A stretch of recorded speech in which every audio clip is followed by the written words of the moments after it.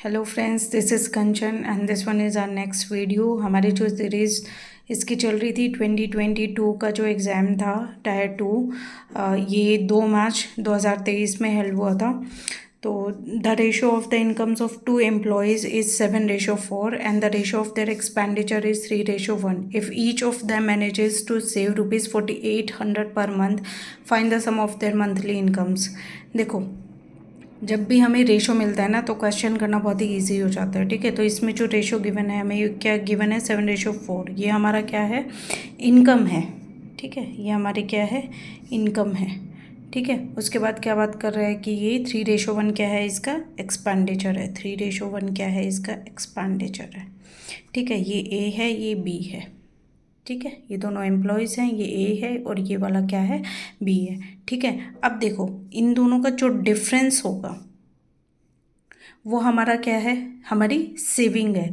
अब देखो इन्होंने इस क्वेश्चन में इसने एक बहुत ही सही बात बोली जिससे कि क्वेश्चन करना बहुत ईजी हो जाता है कि each of them manages to save ₹4800 per month. मतलब एक दोनों के लिए जो सेविंग है वो क्या है, सेम है। लेकिन अगर हम इस रेशो का अगर सेम वैल्यू हम मान लें कि भाई 7 रुपये उसको मिलते थे, 4 रुपये उसको मिलते थे और 3 रुपये उसका एक्सपेंडिचर था, इसका 1 रुपये का एक्सपेंडिचर था। ठीक है, अगर हम यही मान लें तो इसका जो डिफरेंस है वो कितना है, 4, और इसका जो डिफरेंस है वो कितना है, 3। ठीक है, लेकिन ये क्या बोल रहा है कि दोनों की जो सेविंग है वो सेम है, लेकिन हमारी तो सेम नहीं आ रही है। ठीक है, तो जब इन दोनों का डिफरेंस हमें सेम करना होता है ना, तो इसके अंदर रेशो को हमें क्या करना होता है, जैसे 7:4 और 3:1। ठीक है, तो इन दोनों का डिफरेंस निकालो, कितना है यहाँ पे 3। इन दोनों का डिफरेंस निकालो, ये कितना है 4। ठीक है, ये क्या कर दो, यहाँ पे क्रॉस मल्टीप्लाई कर दो।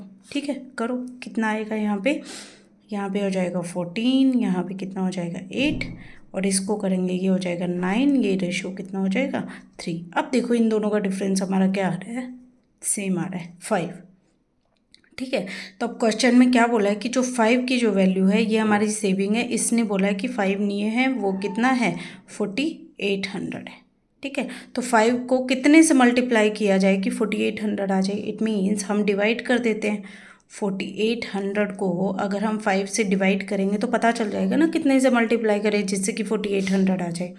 ठीक है, तो इसको देखो, जब भी हमें डिवाइड करना होता है ना तो इसको 2 से मल्टीप्लाई कर दो। जो भी नंबर होता है, किसी भी नंबर को अगर 5 से डिवाइड करना है तो उसको 2 से मल्टीप्लाई कर दो, तो ये कितना हो जाएगा 96। ठीक है, अगर इसको 2 से मल्टीप्लाई करेंगे कितना हो जाएगा 96, और एक आ जाएगा 0। ठीक है, ये 5 को मल्टीप्लाई करने के लिए और डिवाइड करने के लिए बहुत सिंपल सी ट्रिक होती है। जैसे सपोज़ कि यहाँ पे 20 है और इसको हम डिवाइड कर रहे हैं 5 से, तो जो नंबर है ना उसको 2 से मल्टीप्लाई कर दो, कितना आ जाएगा 4। ठीक है, सेम अगर इसी को 20 को अगर हम 5 से मल्टीप्लाई करते हैं, ये तो क्या था, डिवाइड करना था हमें। ठीक है, और अगर सेम वही अगर हम ये करें कि 5 से, ये तो खैर छोटा नंबर है, अगर जैसे हम बड़ा नंबर ले लेते हैं, यहीं पे ले लो कि अगर जैसे ये 48 है, इसको अगर हम 5 से मल्टीप्लाई करें तो इसका क्या कर दो, हाफ कर दो। ठीक है, इसका हाफ कितना हो जाएगा 24, और एक आ जाएगा 0। सेम इसमें कर दो, ये जो नंबर है इसका क्या कर दो, हाफ कर दो और एक 0 लगा दो। ठीक है, ये सिंपल सी ट्रिक होती है। जैसे आप जो भी कैलकुलेशन करते हो उसमें बहुत हेल्प करती है, सिंपल सिंपल चीज़ें होती हैं। ठीक है, जब भी क्या करना होता है, मल्टीप्लाई करना होता है तो हाफ कर दो, डिवाइड करना होता है तो डबल कर दो उस नंबर को। ठीक है, तो हमारा आ गया यहाँ पे नंबर कितना आ गया 960। ठीक है, इससे मतलब अगर इसको मल्टीप्लाई करेंगे तो वैल्यू आ जाएगी। अब सेम वही होगा, जो भी नंबर हमें गिवन है उसको क्या करेंगे हम 960 से मल्टीप्लाई कर देंगे। अब इसने पूछा क्या है, इसने बोला कि टोटल क्या बताओ, इनकम बताओ। टोटल इनकम देखो, इसकी 14 थी, इसकी 8 थी, टोटल कितनी हो गई यहाँ पे ये 22। ठीक है, कितने से मल्टीप्लाई कर देंगे, इसको मल्टीप्लाई कर देंगे 960 से, कितनी वैल्यू आ जाएगी, करो। मैंने आपको पहले भी 11 से मल्टीप्लाई करना बताया था। जब भी ऐसा नंबर होता है तो इसको 2 से मल्टीप्लाई करो, पहले तो 2 से मल्टीप्लाई करोगे तो ये कितना हो जाएगा।